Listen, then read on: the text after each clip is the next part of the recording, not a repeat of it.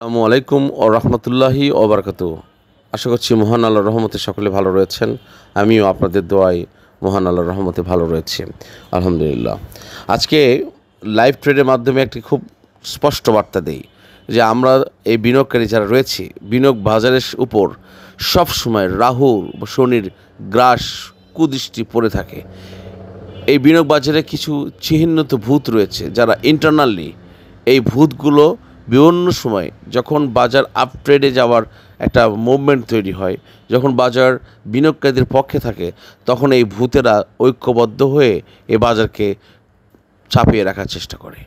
আমি আজকের দিনে যদি এই সময় আজকের লেনদেনের চিত্র যদি দেখি, তাহলে এখন পর্যন্ত লেনদেন হয়েছে মাত্র 162 কোটি টাকা এবং অ্যাডভান্স হয়েছে মাত্র 266 কোম্পানি।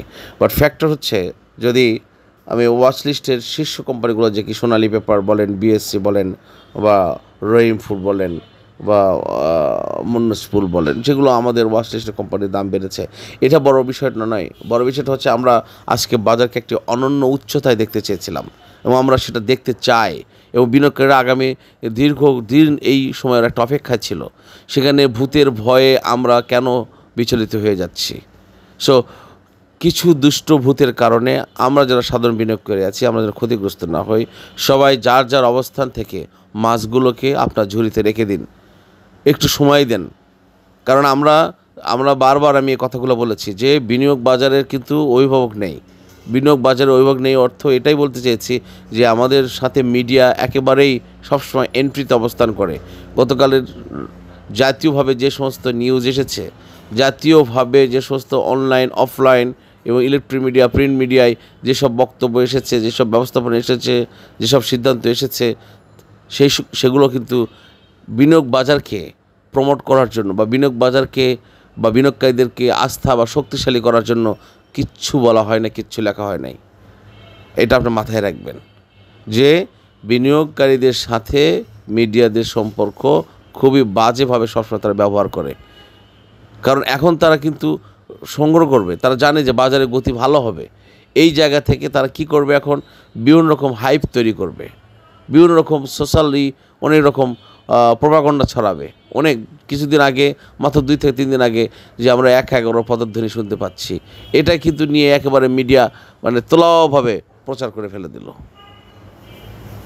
যেভাবে 35% শুল্কর বিষয়টা নিয়ে প্রস্তাবনার দিনে যেভাবে মিডিয়া ফলো করেছে, যখন এটা সলিউশন হলো সেটা কিন্তু প্রচার করে নাই।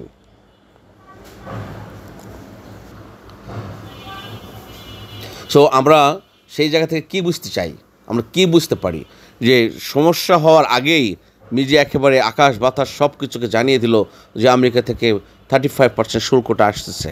কিন্তু যখন দীর্ঘ প্রচেষ্টার পর যখন এই শুল্কটা সমাধান হলো, এমনকি চায়না থেকে, ইন্ডিয়া থেকে, শ্রীলঙ্কা থেকে অর্ডার বাংলাদেশে আসতেছে, এরকমও আমরা মেসেজ পাচ্ছি, এখন কিন্তু মিডিয়া কোনো আর ভূমিকা রাখছে না। এখন এটা কিন্তু মিডিয়া আর বক্তব্য দিচ্ছে না।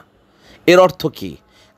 গতকাল আগামী ফেব্রুয়ারি মাসে, অর্থাৎ রোজার আগে 2026 সালে জাতীয় নির্বাচন, এটা নিয়ে বিনিয়োগ বাজারের উপর যে প্রভাব আসবে বা বিনিয়োগ বাজারের গতি কী হবে, বিদেশি বিনিয়োগকারীরা আসবে, এটা নিয়ে কিন্তু আমার মিডিয়ার কোনো মাথা ব্যথা নেই। এটা নিয়ে কোনো ফলাফল, কোনো প্রচার নেই।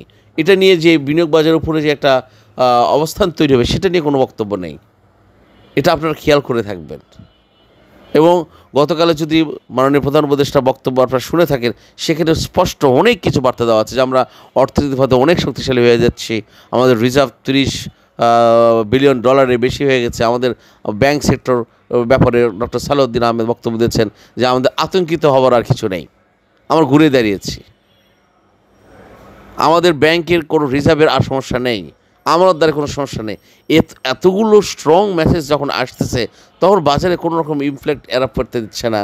কিন্তু একটু যদি ঝড়ো বাতাস ওঠে, সেটাকে টর্নেডো সাইফোন লাগিয়ে দিয়ে বাজারকে ক্ষতিগ্রস্ত করে ফেলে দেয়। সো বিনিয়োগকারীর কাছে আমার এই বক্তব্যগুলোর উদ্দেশ্য একটাই, যে অনুরোধ করছি, কোনো অবস্থাতেই পকেটের মাছগুলো বা ঝুড়ির মাছগুলোকেও ছেড়ে দিবেন না, ফেলে দিবেন না। সময় নিন, নো প্রফিট নো সেল এই স্লোগানে আশ্বস্ত হন এবং নিজের সিদ্ধান্ত পরিকল্পনাকে সঠিক সময়ে ব্যবহার করার জন্য আপনার মানসিকভাবে প্রস্তুত থাকুন এবং সকলের সাথে যোগাযোগ রাখুন। এবং সকলের জন্য শুভকামনা করছি এবং আজকে এখানে বিদায় নিচ্ছি। সকলের জন্য শুভকামনা। আসসালামু আলাইকুম ওয়া রাহমাতুল্লাহি ওয়া বারাকাতুহু।